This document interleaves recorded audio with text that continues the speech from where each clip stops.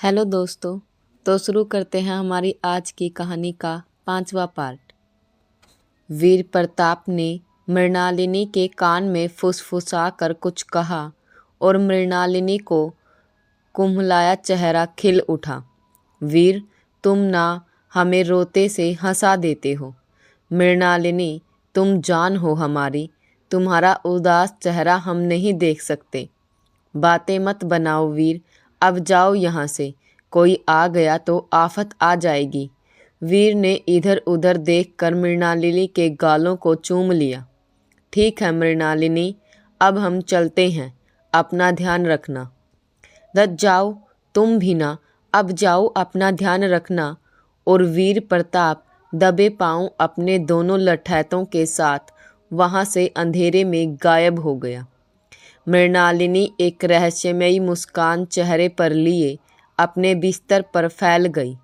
आज उसे बहुत दिनों के बाद अच्छा लग रहा था। वीर ने जो उससे कहा था उसने मृणालिनी का दिल खुश कर दिया था। अगली सुबह पूरी हवेली में गहमा गहमी थी।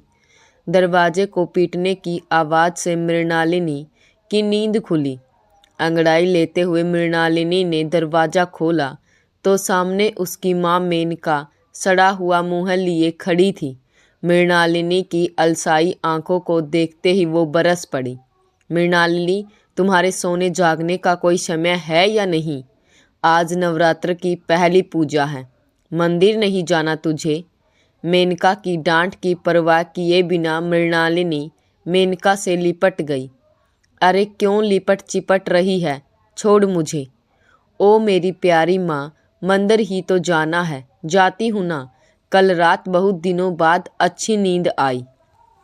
ठीक है, जल्दी से तैयार होकर मंदिर चल। तेरे पिताजी ने तुझे ऐसे लटकते मटकते देख लिया तो तेरा मंदिर जाना कैंसिल हो जाएगा। मैंने बहुत मुश्किल से तेरे पिताजी को मनाया है कि वो तुझे मेरे साथ मंदिर जाने दे। मृणालिनी की आंखें चमक गई। सब कुछ उसकी योजना के अनुसार ही हो रहा था। गांव के मंदिर में सैकड़ों लोगों की भीड़ थी। मंदिर के पास हर वर्ष लगने वाले नवरात्रि के मेले में आसपास के गांव के लोग आए हुए थे। मृणालिनी अपनी माँ और कुछ लठैतों के साथ मंदिर में पूजा करने पहुंची। पंडित जी ने देवी की आरती शुरू की और वहां उपस्थित सभी लोग भाव विभोर होकर भक्ति में डूब गए। मृणालिनी ने इसी पल का इंतजार था। मंदिर के अंदर भक्ति में डूबी भीड़ से नजरें बचाते हुए मृणालिनी चुपके से मंदिर से निकलकर मंदिर के पीछे आम के बगीचे में पहुंच गई। वो बगीचे में इधर उधर किसी को ढूंढने लगी। तभी एक पेड़ के पीछे से एक नकाबपोश बाहर आया और मृणालिनी से लिपट गया। मृणालिनी चौंक कर पलटी। अरे क्या कर रहे हो, कोई देख लेगा तो? देखता है तो देखने दो, इससे पहले कोई आ जाए, चलो यहाँ से। नकाबपोश ने चारों ओर देखते हुए कहा। हाँ चलो। उस नकाबपोश ने मृणालिनी को घोड़े पर बिठाया और बगीचे में पेड़ों के बीच गायब हो गया। आरती समाप्त होने पर मेनका को ध्यान आया कि मृणालिनी वहाँ नहीं है। थोड़ी ही देर में वहाँ अफरा तफरी मच गई। मेले में आए हुए लोग किसी अनहोनी की आशंका से अपना सामान समेटकर अपने अपने गांव वापस लौटने लगे। मृणालिनी के गायब होने की खबर देखते ही देखते पूरे इलाके में जंगल की आग की तरह फैल गई। भानु प्रताप ने मृणालिनी को ढूंढने के लिए हर तरफ लोग दौड़ा दिए। हवेली पर भानु प्रताप के बिरादरी के लोगों का हजूम इकट्ठा हो गया। लोग तरह तरह की बातें बना रहे थे। जमींदार साहब हो न हो, यह काम पड़ोसी गांव में जमींदार के बेटे वीर प्रताप का है। हम सब जानते हैं कि छोटे मालकिन और वीर प्रताप छुप छुप कर मिलते रहे हैं। यह हमें आपके नौकरों ने ही बताया है, एक ग्रामीण ने कहा। हाँ जमींदार साहब, हो ना हो ये काम वीर प्रताप का ही है, दूसरे ग्रामीण ने उसका समर्थन किया। चिंगारी भड़कने की देर थी और वहाँ आग लग चुकी थी। हमें बदला चाहिए, हम वीर प्रताप को ही नहीं छोड़ेंगे। ये हमारे गांव और बिरादरी की इज्जत का सवाल है। एक साथ कई सारी आवाज़ें उठने लगीं। सभी लोग वीर प्रताप से मृणालिनी के अपहरण का बदला लेना चाहते थे। तभी एकाएक वहाँ कुछ ऐसा हुआ कि चारों ओर मौत सी खामोशी छा गई। भानु प्रताप सहित वहाँ उपस्थित किसी को भी अपनी आंखों पर भरोसा नहीं हो रहा था। पड़ोसी गांव के जमींदार रुद्र प्रताप अपने बेटे वीर प्रताप और मृणालिनी के साथ सबके सामने खड़े थे। उन्होंने अपनी मूंछों पर ताव देकर व्यंग्य से भानु प्रताप की ओर देखते हुए कहा, हमारा बेटा तुम्हारी बेटी का अपहरण करके नहीं लाया था भानु प्रताप। तुम्हारी बेटी अपनी मर्जी से मेरे बेटे के साथ भाग कर आई थी। रुद्र प्रताप की बात सुनते ही भानु प्रताप का गुस्सा 7वें आसमान पर पहुंच गया। क्रोध से फुकारते हुए भानु प्रताप ने अपने राइफल वीर प्रताप पर तान दी। अगर तुमने एक शब्द भी झूठ बोला होगा रुद्र प्रताप, तो माँ भवानी की सौगंध, आज तुम्हारी और तुम्हारे बेटे की मौत भी यहीं होगी और तुम लोगों की चिता भी यहीं जलेगी। इससे पहले कि कोई अनहोनी होती, मृणालिनी वीर प्रताप के आगे ढाल बनकर खड़ी हो गई। पिताजी, ये सही कह रहे हैं, कोई खून खराबा मत कीजिए। मैं अपनी मर्जी से इनके साथ गई थी। भानु प्रताप ने आगे बढ़कर मृणालिनी को एक जोर का थप्पड़ लगाया। ले जाओ इस बेशरम को। हवेली के बरामदे से कुछ औरतें आई और मृणालिनी को वहां से ले गई। अब रुद्र प्रताप और भानु प्रताप एक दूसरे के आमने सामने थे। दोनों के तेवर देखकर ऐसा लग रहा था मानो पुश्तों की दुश्मनी का निपटारा आज ही हो जाएगा। भानु प्रताप ने अपनी मूंछों पर ताव देते हुए कहा, तुमने हमारी इज्जत सही सलामत वापस की है रुद्र प्रताप। ये तुम्हारा कर्ज रहेगा मुझ पर। एक दिन यह कर्ज हम जरूर चुकाएंगे। रुद्र प्रताप के चेहरे पर मुस्कुराहट तैर गई। भानु प्रताप को बिना कोई जवाब दिए रुद्र प्रताप अपने बेटे वीर के साथ वहां से चला गया।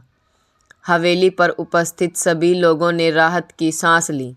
इधर वीर प्रताप को यह समझ में नहीं आ रहा था कि आखिर उसके पिता ने ऐसा क्यों किया।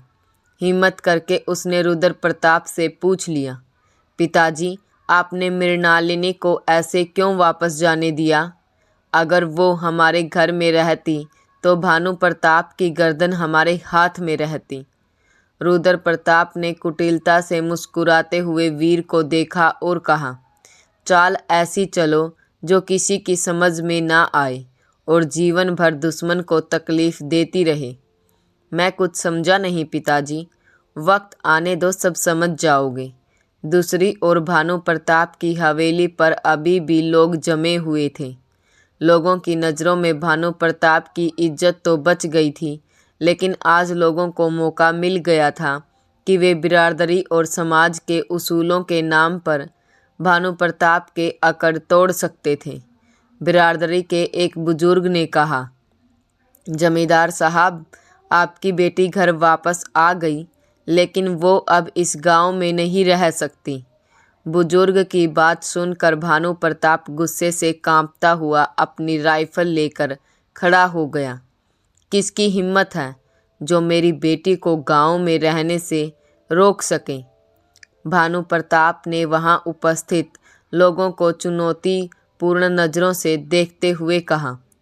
भीड़ में से एक बुजुर्ग आगे आए और उन्होंने भानु प्रताप की राइफल पकड़ ली। ज़्यादा गुस्सा मत दिखाइए जमींदार साहब। मृणालिनी की जगह किसी और की बेटी होती तो क्या आप उसे इस गांव में रहने देते? वहां चारों ओर नीम खामोशी छा गई और भानु प्रताप का सर नीचे झुक गया। बिरादरी के एक दूसरे बुजुर्ग को भानु प्रताप की इस स्थिति पर दया आ गई। उन्होंने निर्णय देने वाली लहजे में कहा, मृणालिनी इस गांव में रह सकती है, लेकिन इसकी एक शर्त होगी। कैसी शर्त? बिरादरी के लोगों के पास भानु प्रताप की अकड़ ढीली करने का यह सुनहरा मौका था और उनकी शर्तों के आगे झुकने के अलावा भानु प्रताप के पास और कोई दूसरा रास्ता नहीं था। बिरादरी के एक बुजुर्ग ने भानु प्रताप के समक्ष शर्त रखी, मृणालिनी इस गांव में रह सकती है, लेकिन एक शर्त पर। जी बताइए, आप लोग क्या शर्त है? शर्त ये है कि आपको जल्द से जल्द मृणालिनी की शादी इसी गांव में अपनी बिरादरी के किसी लड़के से करवानी पड़ेगी, तभी मृणालिनी इस गांव में रह सकती है। आपको मंजूर है तो ठीक है, अन्यथा आप मृणालिनी को कहीं और छोड़कर आ जाइए। ये कैसी बात कर रहे हैं आप लोग? इस गांव में अपनी बिरादरी का ऐसा कौन है जो हैसियत में मेरी बराबरी कर सके? अपने से छोटे हैसियत के लोगों के घरों में अपनी बेटी कैसे भेज सकता हूँ? वो तो आपको करना ही पड़ेगा भानु प्रताप। आप अपने गांव के जमींदार हो, अच्छी बात है, लेकिन आप अपनी बिरादरी से ऊपर नहीं हो सकते। जी, मुझे सोचने का थोड़ा समय दीजिए। थोड़ी देर में बिरादरी वाले अपना फैसला सुनाकर चले गए। हवेली की बैठकी खाली हो चुकी थी। भानु प्रताप अकेले बैठे गहरी सोच में डूब गए थे। तभी पायलों की छनक ने उनका ध्यान भंग किया। उन्होंने पलट कर देखा तो वहाँ उनकी पत्नी मेनका खड़ी थी, जो भानु प्रताप से कुछ कहने आई थी। किस सोच में डूबे हैं आप? और क्या करूं मेनका? बिरादरी वाले बोल रहे हैं कि मृणालिनी अब इस गांव में तभी रह सकती है जब उसकी शादी अपने गांव में ही अपनी बिरादरी के किसी लड़के से करवाई जाए। जी, मैंने भी सारी बात सुनी है। एक तरह से देखा जाए तो यह अच्छा ही है। मृणालिनी हमारी इकलौती संतान है। वो हमारे पास ही रहेगी तो हमें भी अकेलापन नहीं सताएगा।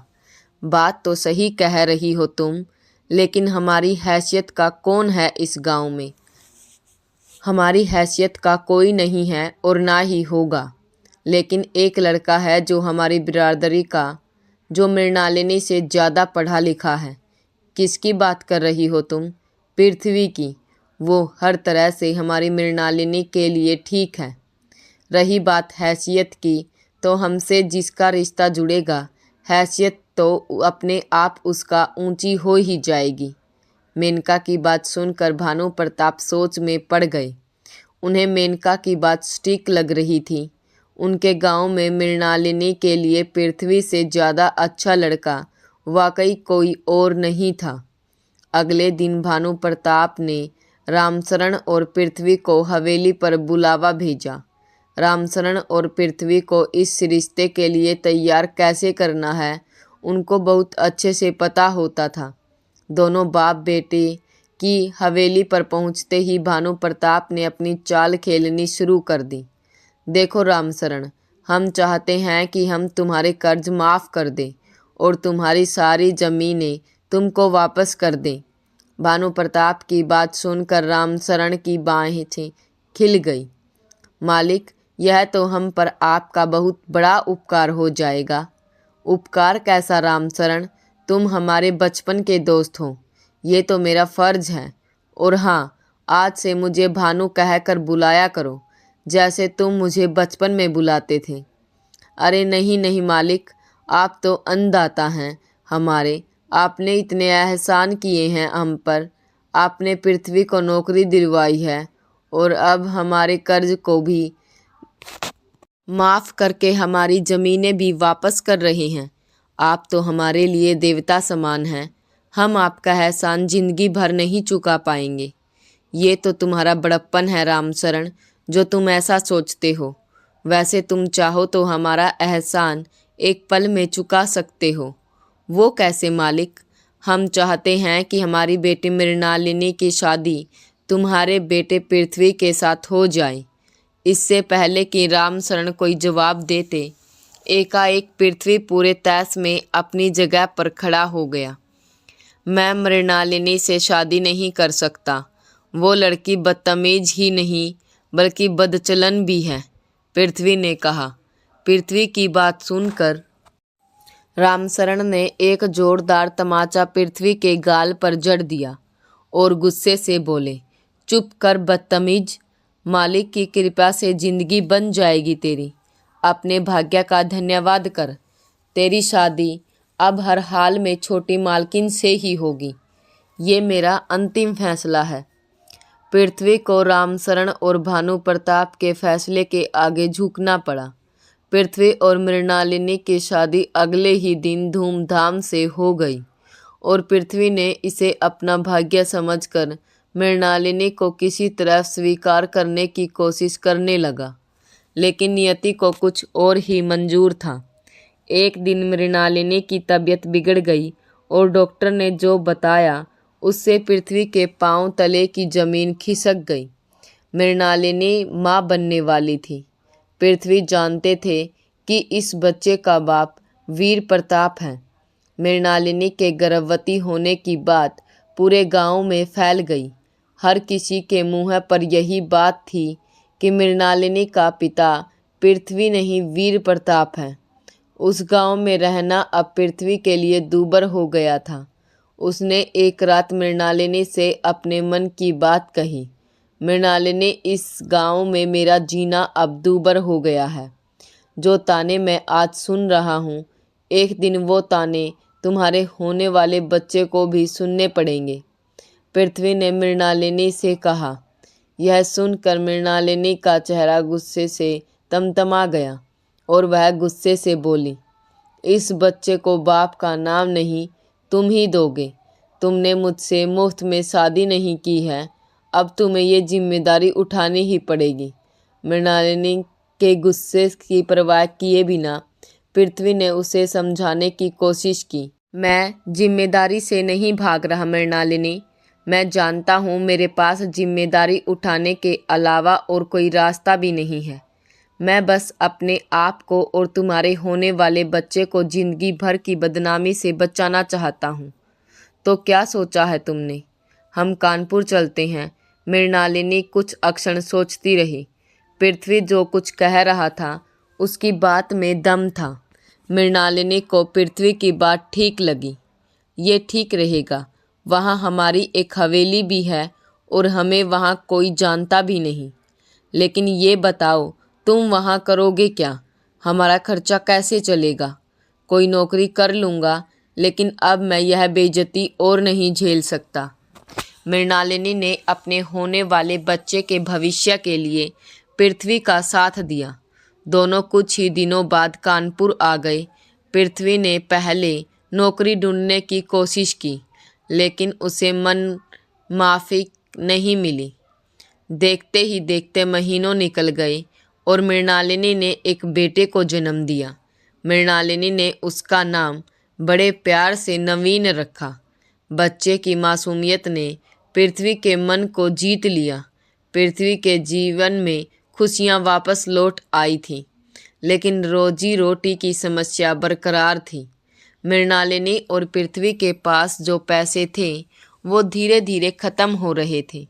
एक दिन मृणालिनी ने कुछ ऐसा कहा जिनसे उनके रिश्ते को एक नई दिशा दे दी। पृथ्वी, अगर नौकरी नहीं मिल रही है तो तुम कोई अपना व्यापार शुरू क्यों नहीं करते? बात तो तुम्हारी ठीक है मृणालिनी, लेकिन व्यापार शुरू करने के लिए पैसे चाहिए। जानती हूँ, मेरे पास बहुत से गहने पड़े हैं। इन्हें बेचकर बहुत सारे पैसे आ जाएंगे। तुम कुछ गहने ले जाओ और इन्हें बेचकर अपनी एक कपड़ों की मिल लगा लो।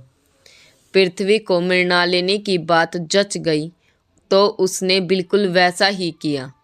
पृथ्वी की लगन और मेहनत ने देखते ही देखते उसे कानपुर का एक बड़ा व्यापारी बना दिया।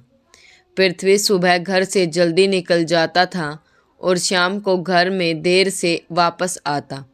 मृणालिनी के साथ अभी भी पृथ्वी का केवल एक दोस्ताना रिश्ता ही था, लेकिन उनके जीवन में शांति और खुशियाँ थीं। एक दिन पृथ्वी ऑफिस से जल्दी घर वापस आ गया। उसे घर का पूरा माहौल ही बदला हुआ दिखाई दिया।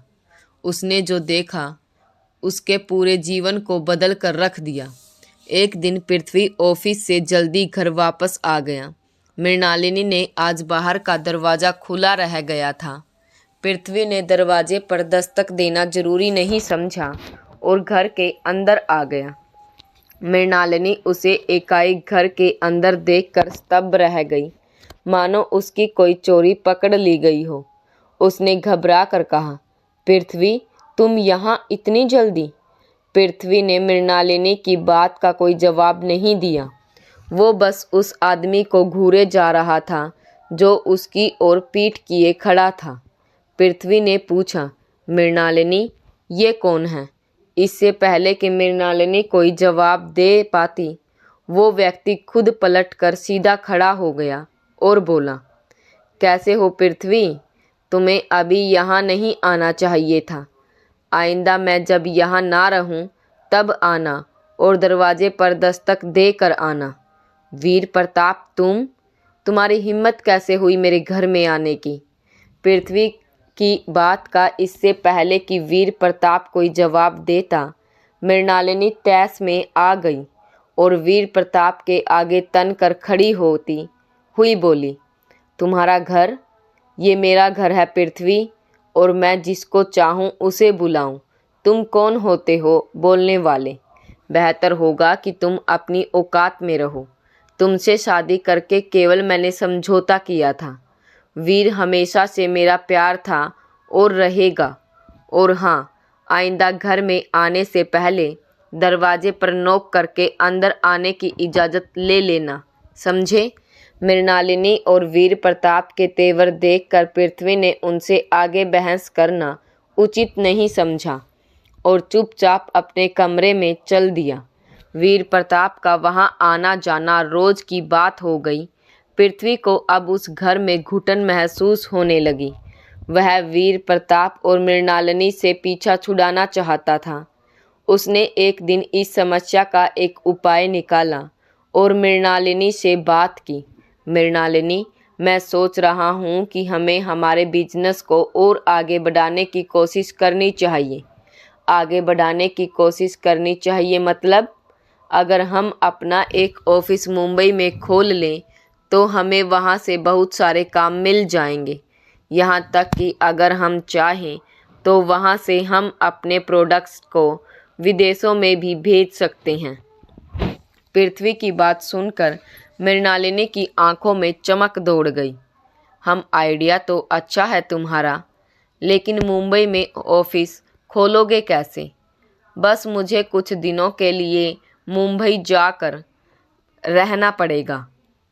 पृथ्वी की बात सुनकर मृणालिनी का मन गदगद हो गया। वो भी यही चाहती थी कि पृथ्वी उसके और वीर के रास्ते से किसी तरह हट जाए। अपनी खुशी मन ही मन में छुपाते हुए मृणालिनी ने कहा, हाँ, तुम मुंबई चले जाओ। तुम्हें जो करना है, अच्छा लगता है, तुम वही करो। हम दोनों माँ बेटे किसी तरह रह लेंगे यहाँ। ठीक है। और कुछ ही दिनों में पृथ्वी मुंबई आ गया। पहले उसने मुंबई में अपना ऑफिस शिफ्ट किया, फिर धीरे धीरे अपनी मिल शिफ्ट की और फिर कारोबार से जुड़ी हुई बाकी सारी चीज़ भी शिफ्ट कर ली। मुंबई में और अपने जीवन में पृथ्वी अब तक बिल्कुल अकेला था। गांव में उनके पिताजी रामशरण की मृत्यु कुछ महीने पहले हो चुकी थी। अकेलेपन को समाप्त करने के लिए पृथ्वी ने अपने आप को पूरी तरह से कामों में झोंक दिया। उसके बिजनेस की तरक्की दिन दोगुनी और रात चौगुनी होने लगी। उसकी बढ़ती समृद्धि की खबर मृणालिनी और वीर प्रताप तक भी पहुंच गई। उन दोनों के मन में लालच ने जन्म ले लिया और दोनों ने मिलकर पृथ्वी के करोड़ों की संपत्ति और व्यापार पर कब्जे करने की एक योजना बनाई। मृणालिनी ने योजनाबद्ध तरीके से पहले पृथ्वी से बिजनेस में आधा हिस्सा मांगा और फिर तलाक का केस दायर करके पृथ्वी के पास बचने वाले आधे हिस्से पर भी दावा ठोक दिया। मृणालिनी के द्वारा किए गए दोनों केसेस लड़ने के लिए पृथ्वी को एक तेज तर्रार वकील की ज़रूरत थी। उनके किसी जानकार ने उन्हें मेरे बारे में यानी लॉयर सुनीता सिंघानिया के बारे में बताया। सचिन को पृथ्वी सिंघानिया के बारे में बताते बताते एक क्षण के लिए सुनीता जी पुरानी यादों में खो सी गई थी। माँ, आपको? सचिन ने आश्चर्य से पूछा। हाँ बेटे, उस समय मैं मुंबई हाई कोर्ट में प्रैक्टिस करती थी और जनरली कॉर्पोरेट केसेस ही लेती थी। एक दिन तुम्हारे पापा पृथ्वी सिंघानिया मेरे ऑफिस में आए। वो चाहते थे कि मैं ही उनके दोनों केस लड़ूं। मृणालिनी ने उनसे जो उनके बिजनेस में 50% हिस्सा मांगा था, उसका कोई आधार नहीं था। ना तो उसके पास कोई कागजात थे और ना ही बिजनेस को बढ़ाने में उसने किसी तरह का योगदान दिया था। यह बात सही थी कि मृणालिनी के गहने बेचकर जो पैसे आए थे, पृथ्वी ने उससे ही बिजनेस शुरू किया था। लेकिन उन गहनों की कीमत से ज़्यादा कीमत के गहने वो मृणालिनी को लौटा चुके थे। आज बिजनेस जिस ऊंचाई पर था, वहां तक उसे पहुंचाने का श्रेय केवल और केवल पृथ्वी को ही था। लेकिन मृणालिनी ने जो पृथ्वी पर तलाक का केस दायर किया था, वो बहुत ही ज़्यादा पेचीदा था। उस केस को पृथ्वी के लिए कोई तेज तर्रार लेडी लॉयर ही चाहिए थी। पृथ्वी की कहानी सुनकर मेरा दिल पसीज गया। मेरे मन में उनके लिए सहानुभूति पैदा हो गई। जल्दी ही मेरे लिए वे केवल एक आम क्लाइंट नहीं थे, बल्कि खास हो गए थे। मैं उनके केस की तारीख का इंतज़ार करती और उनसे मिलने के बहाने ढूंढती। अकेलेपन से टूट चुके पृथ्वी भी मेरी ओर खींचे चले आए। मैंने उनके केस में अपनी सारी ताकत लगा दी। मृणालिनी ने उनके बिजनेस में हिस्सेदारी लेने का जो केस किया था, उसे हम तुरंत जीत गए। लेकिन तलाक के मामले में हमें समझौता करना पड़ा। पृथ्वी के पास जितनी रकम बैंक में जमा थी और उनके सारे फिक्स्ड डिपॉजिट हमें मृणालिनी को देने पड़े और केवल बिजनेस पूरी तरह से पृथ्वी के पास रह गया। पृथ्वी और मृणालिनी के तलाक के बाद हम दोनों भी अपने रिश्ते को आगे ले जाने के लिए आज़ाद थे। धीरे धीरे मैंने पृथ्वी के बिजनेस में इंटरेस्ट लेना शुरू किया और फिर मैं कब पूरी तरह से उसमें ही इन्वॉल्व हो गई, पता ही नहीं चला। हम दोनों बस अलग अलग घरों में रह रहे थे, अन्यथा हमारा काम करना, घूमना, खाना पीना सब साथ था। हम अपने जीवन के सबसे अच्छे समय को भरपूर एंजॉय कर रहे थे। लेकिन इस केस में हुई हार से जले भुने वीर प्रताप और मृणालिनी हमसे बदला लेने की ताक में बैठे हुए थे। वीर प्रताप ने पृथ्वी के बिजनेस और प्रॉपर्टी पर कब्जे के लिए गलत लोगों का सहारा लेना शुरू कर दिया। पृथ्वी के पास अंडरवर्ल्ड के लोगों के फ़ोन आने शुरू हो गए, जो उनसे कभी पैसे मांगते तो कभी कंपनी के शेयर मांगते थे। पृथ्वी ने अंडरवर्ल्ड वालों को कुछ भी देने से मना कर दिया। तब वे उन्हें जान से मारने की धमकियां देने लगे। हमने पुलिस में शिकायत दर्ज कराई। पुलिस ने पृथ्वी को आत्मरक्षा के लिए एक लाइसेंस वाली रिवॉल्वर दे दी। हम दोनों यह सब कुछ इग्नोर करके अपने बिजनेस को आगे बढ़ाने में लगे रहे। एक दिन हम दोनों ऑफिस के बाद घूमने के लिए वर्सोवा बीच पर गए। वीर प्रताप उस दिन अपने गुणों के साथ हमारा पीछा कर रहा था। हालांकि हम दोनों के लिए वो शाम बहुत खूबसूरत थी। उसी दिन पृथ्वी ने मुझे शादी के लिए प्रपोज किया। मैं पृथ्वी को हाँ कहने ही वाली थी कि वीर प्रताप ने अपने गुर्गों के साथ पृथ्वी पर ताबड़तोड़ फायरिंग शुरू कर दी। और उस फायरिंग में तो दोस्तों, ये था हमारी कहानी का आज का पार्ट। अगले पार्ट के लिए कल तक का वेट कीजिए। और हाँ, चैनल पर आए हैं तो हमारे चैनल को सब्सक्राइब ज़रूर करें और एक छोटा सा कमेंट ज़रूर छोड़कर जाएं। धन्यवाद।